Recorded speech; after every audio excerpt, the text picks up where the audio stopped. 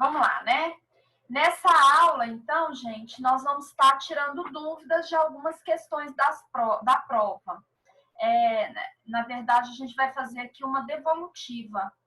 E aí, a seguir, não tendo mais nenhuma outra questão com dúvidas, nós vamos passar para o conteúdo que é a continuidade da nossa aula, certo?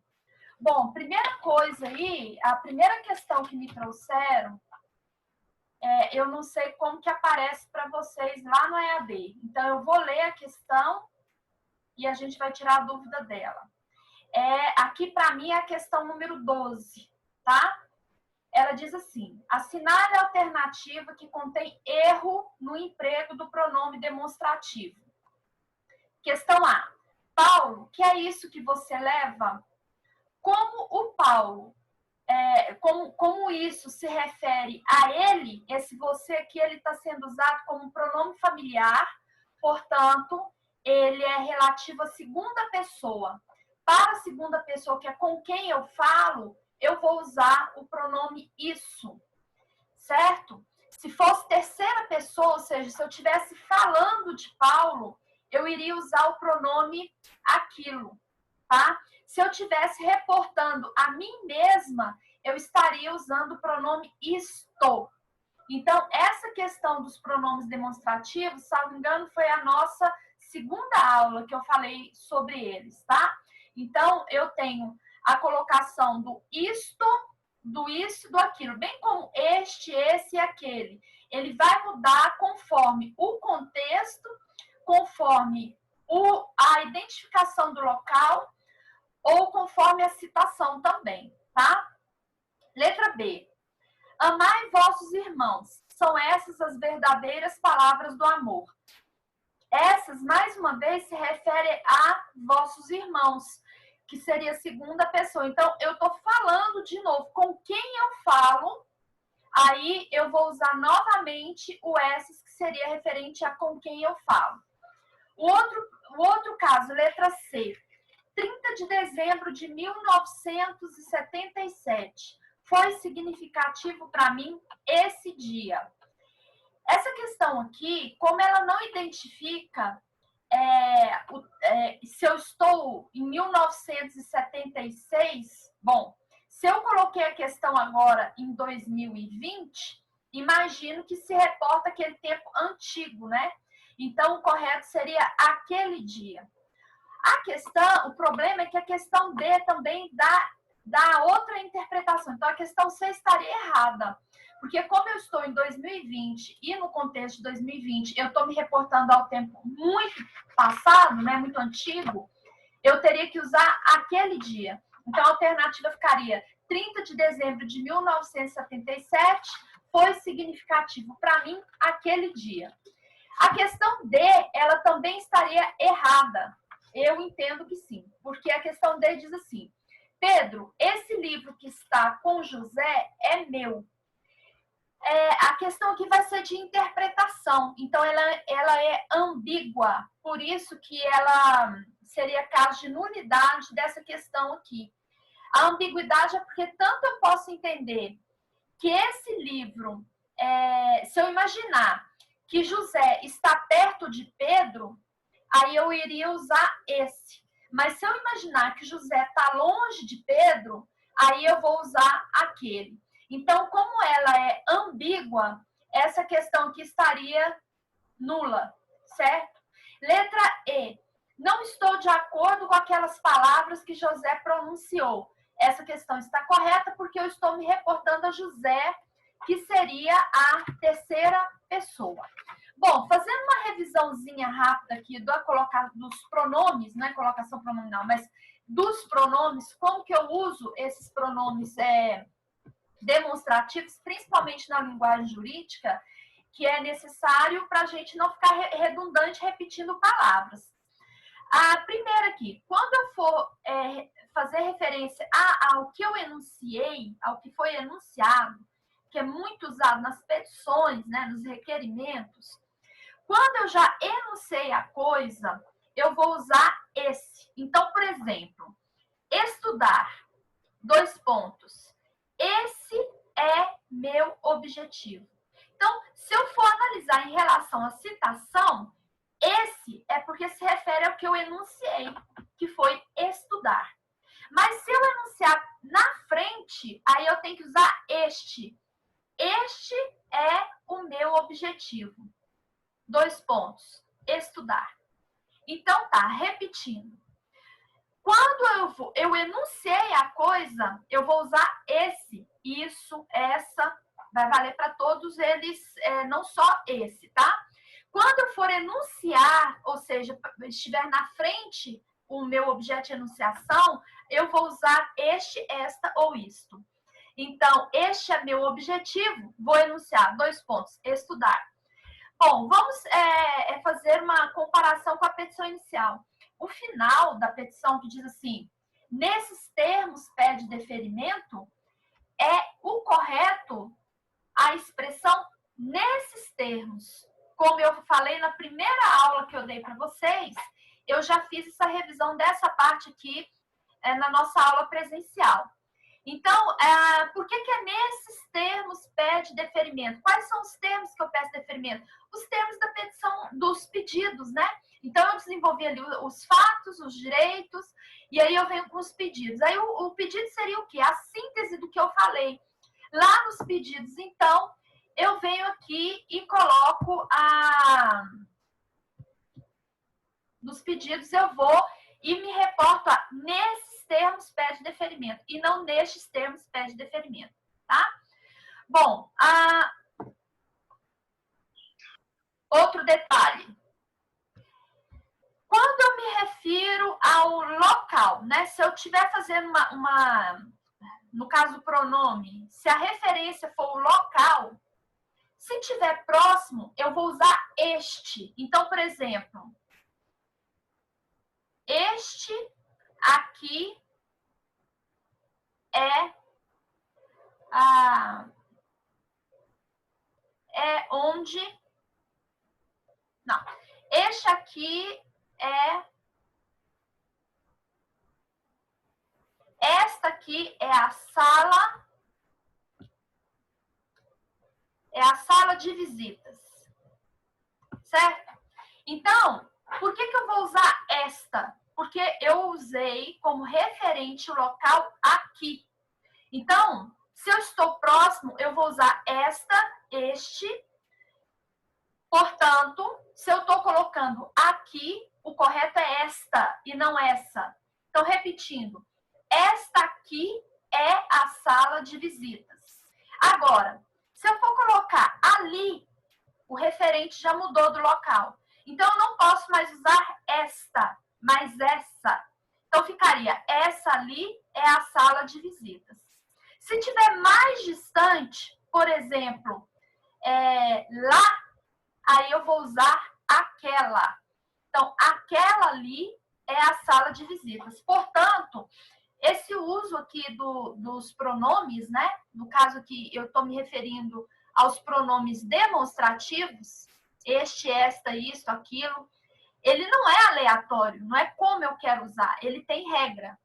Continuando aqui, então falamos quanto ao enunciado, falamos quanto ao local, e agora vamos falar quanto à pessoa, que é o caso da questão número 12, que a gente acabou de falar. Se eu me refiro à primeira pessoa, este livro é o meu, ou este livro é meu seria a primeira pessoa, eu sou obrigada a usar como pronome demonstrativo referente a esta pessoa, o este. Mas se eu falar com a pessoa, esse livro é seu. Segunda pessoa, então, que seria seu, eu vou usar o pronome esse. Agora, se eu me referir a uma terceira pessoa dele, aquele livro é dele. Só fazendo uma correção no segundo exemplo. Eu falei, esse livro é seu. Dentro da língua portuguesa, a segunda pessoa se refere a teu, mas nós não usamos muito o tu, né, no nosso linguajar, principalmente em Goiás. tem outros lugares que usam, mas aqui nós não usamos. Então, se eu me refiro a teu ou a seu, que acabou sendo admitido como um pronome familiar pelo uso corriqueiro, eu vou usar o pronome esse, certo? Bom, então nós falamos aqui quanto à situação, o local e a pessoa. Quanto ao tempo, que seria o quarto caso, se o tempo é presente, ou este dia está chuvoso. Que dia seria esse, né? Este dia está chuvoso. Ele se referiria ao dia de hoje. Então, dia 18. Então, seria até desnecessário você colocar este dia de hoje, porque o este já se refere ao presente. Esse dia foi o dia de ontem, por exemplo. O dia de ontem foi quente. Esse dia fez muito calor. Então, como eu falo do dia de ontem, que é próximo, aí eu sou obrigada a usar esse e não mais este.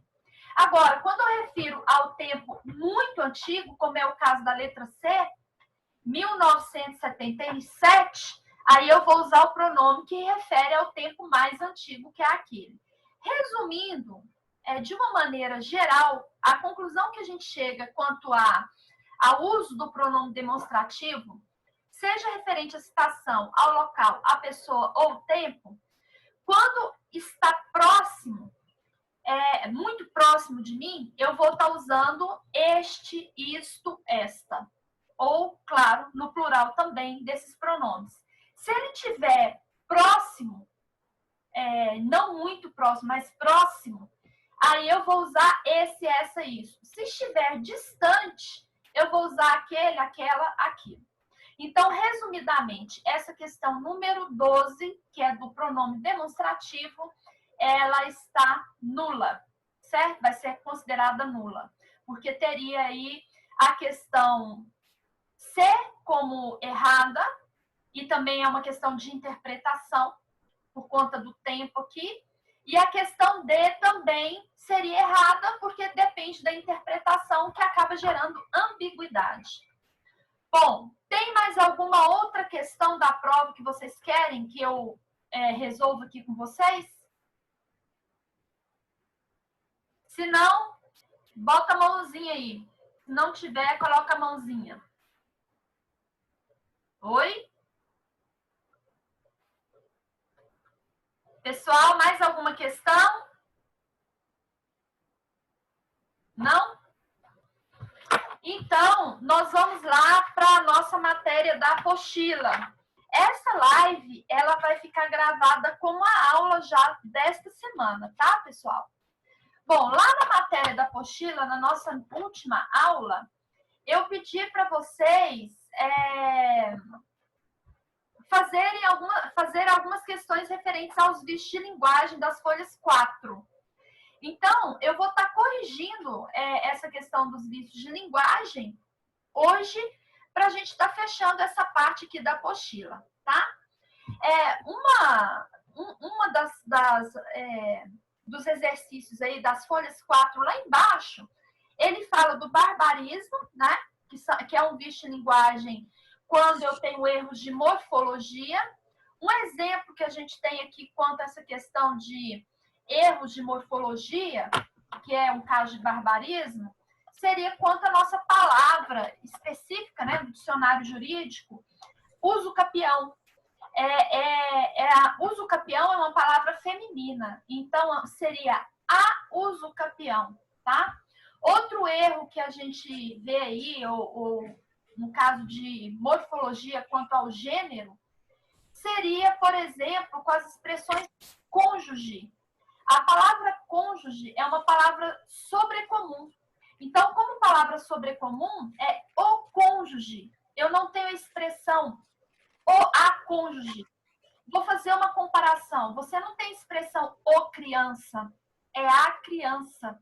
Então, tanto para o gênero masculino como feminino, eu vou usar a mesma palavra. Então, a criança é sobrecomum. né? Quanto ao gênero. Da mesma forma, a expressão o cônjuge, porque você não tem a cônjuge. Como que eu faço para identificar o cônjuge no gênero masculino? Cônjuge varão. E no gênero feminino? Cônjuge virado, tá? Bom, tendo falado aqui, então, dessa questão aqui do gênero, só para fechar a questão do gênero, falamos aqui do gênero sobrecomum, então não confunda aí com o comum de dois gêneros, como é o personagem, a personagem, em que eu identifico o gênero pelo artigo que vem antes desse gênero, tá? O que não ocorre de novo, repetindo na expressão o cônjuge. Quanto aos solecismos de erros de sintaxe, nós temos aqui a primeira palavra aqui, paletós azuis reis. O plural está errado dessa expressão. Isso aqui seria um substantivo, aliás, um adjetivo composto, né? Então, como paletós é o substantivo no plural, o adjetivo seria azul rei. Por quê? Toda cor, todo adjetivo composto referente à cor, quando o segundo elemento for um substantivo, ela não vai flexionar, ou seja, ela não vai para o plural. Como a cor é azul rei e o segundo composto aí é um substantivo, então a frase correta aqui seria paletós azul rei e não azuis reis. Bom, outra expressão aqui que eu vou pegar para corrigir com vocês é a segunda aí, ó. Aí nós temos agora um problema aqui de concordância. Veja bem, a pena, o lápis, a folha e a régua são minhas. Não, o correto aqui vai ser a pena, o lápis, a folha e a régua são meus. Por que que fica são meus? Porque quando você tem um masculino, um substantivo masculino no enunciado, igual a citação, quando ela está sendo em sequência, o gênero que vai ser usado para flexionar vai ser o masculino. Então, como eu tenho aí o lápis, o correto seria apenas o lápis, a folha e a régua são meus e não são minhas. Da mesma forma, a segunda frase aí, que é o segundo exemplo. Mulheres e homens judeus e não mulheres e homens judias, tá? Vamos lá. Concordância verbal. Fazem 2 semanas que não vejo. O correto aqui seria faz 2 semanas que não vejo. Por quê? Os verbos haver, aliás, isso aqui é um caso de sujeito inexistente ou oração sem sujeito. O que seria o sujeito inexistente ou oração sem sujeito? Vamos lá revisar o que vocês já estudaram lá em português 2. Sujeito inexistente ou oração sem sujeito é quando o verbo indica tempo. Uma das razões dele ser um caso de oração sem sujeito é porque eu não posso conjugar o verbo indicando tempo. Como que eu vou conjugar, por exemplo, o verbo chover? Eu chovo, tu choves, ele chove. Então, o verbo que indica tempo, ele não se relaciona à pessoa. Por isso que ele é chamado de verbo impessoal. Isso no sentido denotativo. Logicamente, se eu usar no sentido figurado, eu posso simplesmente flexionar esse verbo. Por exemplo, choveram confetes e serpentinas. Mas, nesse caso, eu vou ter um sujeito composto aí, que é confetes e serpentinas. Mas, se ele tiver no sentido denotativo, ele não vai flexionar, porque o sentido denotativo, o sujeito aí seria inexistente. Então, por exemplo, choveu ontem. Qual é o sujeito dessa oração? Como ele indica tempo, é uma oração sem sujeito, porque o verbo é impessoal. Portanto, todo verbo impessoal, ele vem na frase na terceira pessoa do singular. Além dos verbos impessoais, né, próprios, como chover, relampejar e outros. Nós temos alguns casos específicos. O primeiro é o verbo haver, no sentido de existir. Ele sempre vai ficar na terceira pessoa do singular, que seria caso de sujeito inexistente. E o outro é o verbo fazer. O verbo fazer, indicando tempo decorrido, também ele aparece na frase na terceira pessoa do singular, porque ele é um caso de sujeito inexistente. Então, aqui o correto seria: faz 2 semanas que não vejo. A segunda questão: não podem haver exceções. Aqui eu tenho uma locução verbal. Pode haver, tá? O que é a locução verbal? O primeiro verbo, ele é chamado de verbo auxiliar, que é o poder. E o segundo verbo é o verbo principal. Bom, o verbo auxiliar faz o quê? É ele que indica a conjugação na frase do tempo, do modo, da pessoa. E o haver? O haver, que seria o segundo verbo, o verbo principal. É ele, por isso que ele se chama verbo principal, que dá a ideia principal da frase. Mas, portanto, na locução verbal, eu não separo os verbos de uma locução verbal. E aí nós vamos fazer o seguinte, para ver como que vai ficar esse verbo aqui. Trocar por existir, que é o verbo haver que eu acabei de falar, né? Que seria um dos casos aí do sujeito inexistente, se eu puder trocá-lo por existir. Então, se eu trocar aqui, não pode existir exceção. É possível trocar por existir. Então, se der para trocar por existir esse haver, isso é um caso de sujeito inexistente. Como é um caso de sujeito inexistente, e eu disse na aula presencial, nós fizemos uma revisão disso, e agora eu estou repetindo, se é um caso de sujeito inexistente, o verbo só pode ficar na terceira pessoa do singular. Então, aqui, o correto seria: não pode haver exceções, certo? Ele teria que necessariamente vir na terceira pessoa do singular. Por que toda locução vai ficar no singular? Porque como haver é o verbo principal e ele não é conjugado, né? Então, qual vai ser conjugado é o verbo auxiliar. Então, o singular vai para o verbo auxiliar poder. O terceiro caso aí: aluga-se apartamentos. Esta frase também está errada. Nós temos um caso aqui do se, partícula apassivadora. Como eu tenho como... isso aqui é um caso de voz passiva sintética, porque ela está resumida pelo se. Aqui eu tenho como transformar essa voz passiva sintética na voz passiva analítica. Apartamentos são alugados. Então, o que eu estou falando nessa frase? Do que eu estou falando? Eu estou falando dos apartamentos. O que acontece com eles? Eles são alugados. Portanto, o sujeito aqui é apartamentos. Se o sujeito é apartamentos, o verbo concorda com o sujeito. Isso é um caso de concordância verbal. Então, o correto seria: alugam-se apartamentos. Tá bom? Certo. Vamos lá para o caso da regência nominal. A regência nominal, nós temos aqui o primeiro caso. Temos certeza de que, eu já falei sem perceber, né? Temos certeza que ele não foi sorteado.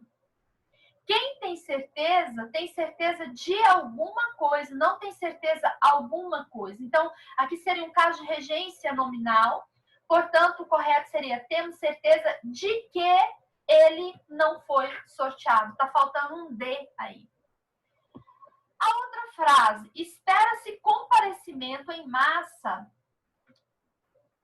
às urnas.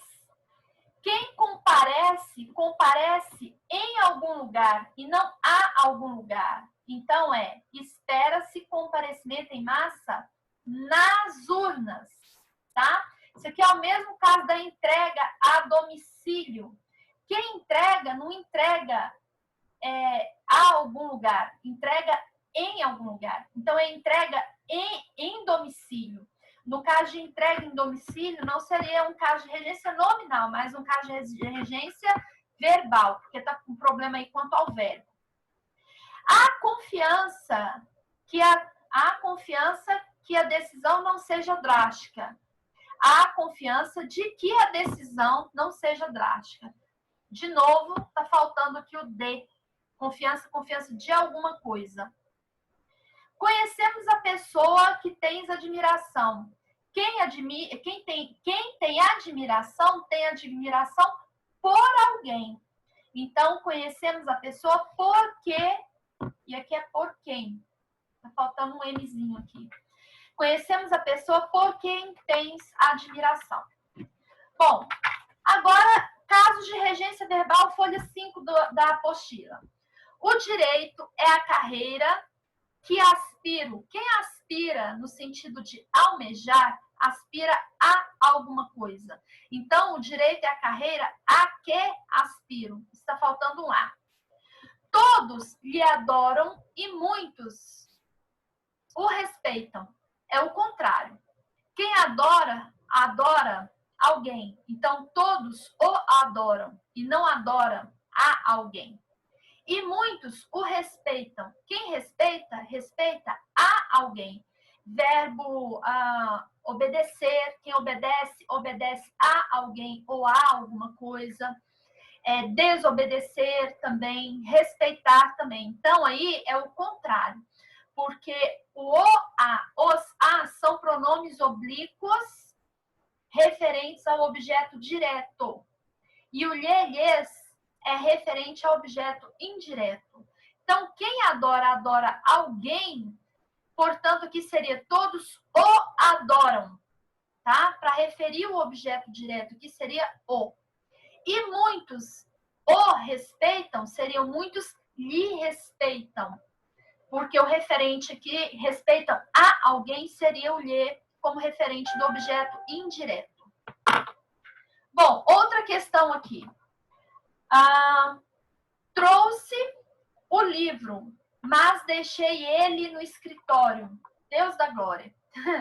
A gente não usa o pronome do caso reto como objeto direto ou objeto indireto.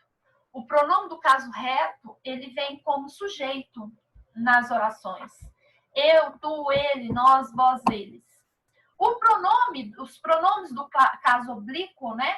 Por exemplo, referentes a eu, me, mim, comigo. Referentes a tu, te, ti, contigo. Referentes a ele, o, a, lhe, se, si, consigo. Nós, nos, conosco. Vós, vos, convosco. Eles, os, as, lhes, se, si, consigo. Esses pronomes oblíquos, em regra geral, eles vêm na frase como objeto direto ou objeto indireto.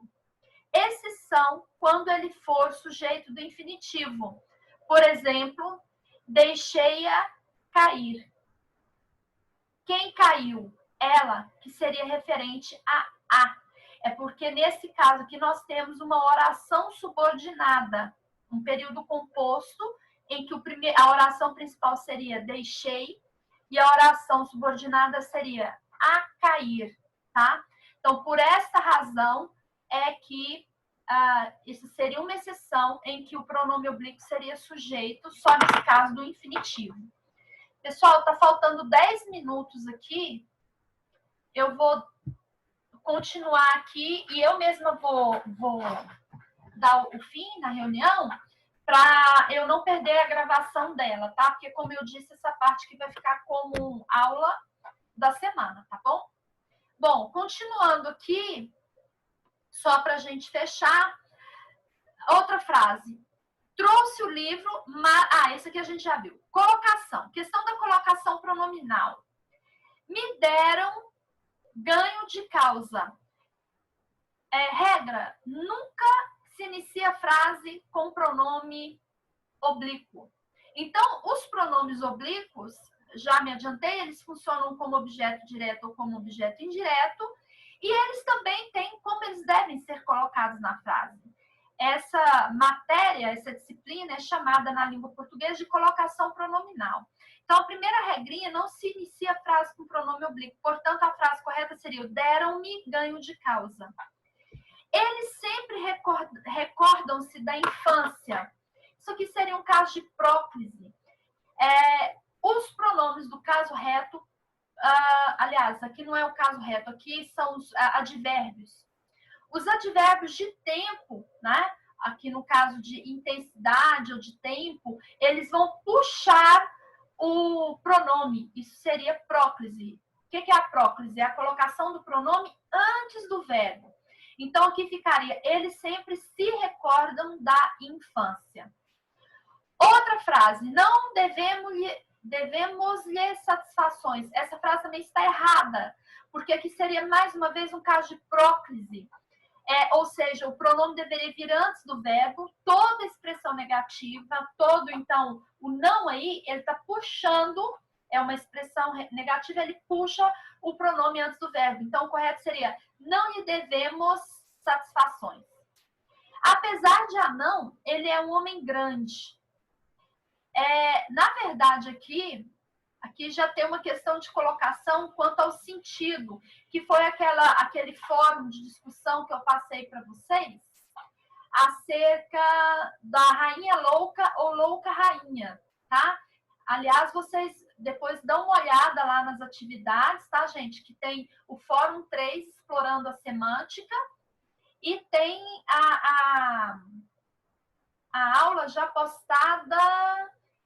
Hoje eu vou estar postando outra aula, certo? De linguagem jurídica, para complementar outra videoaula e mais essa live que vai complementar a videoaula que eu vou postar hoje, é referente da semana passada, mais essa live de hoje que vai ficar como aula. Então, são relativos aos dois horários de aula de vocês, tá bom? Então, vocês dão uma olhada lá hoje no final da nossa aula aqui. Se bem que eu vou dar aula às 9, eu devo postar isso até umas 11 horas da manhã, tá bom? E tem essa outra fórum de discussão, que é Explorando a Semântica, que já foi postado há algum tempo. E hoje eu vou estar abrindo o quarto fórum de discussão, tá? Que é sobre o filme.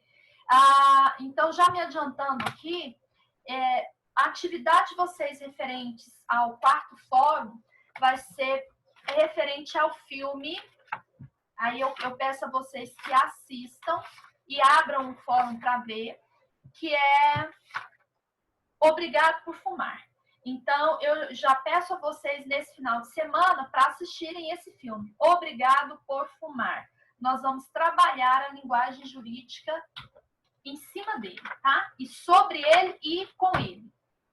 Bom, fechando aqui, então, apesar de Anão, ele é um homem grande. Não, aqui seria, ele é um grande homem, porque eu estou querendo dizer o substantivo que, na verdade, seria grande, no sentido dele ser um homem incomparável, tá? Então, aqui eu tenho que inverter isso aqui, não homem grande, mas sim grande homem. Bom, eu vou terminar aqui e na aula que vem a gente continua sobre a ambiguidade, porque não vai dar tempo, certo? Alguma dúvida, gente? Sobre a aula? Alguma dúvida? Não? Chat.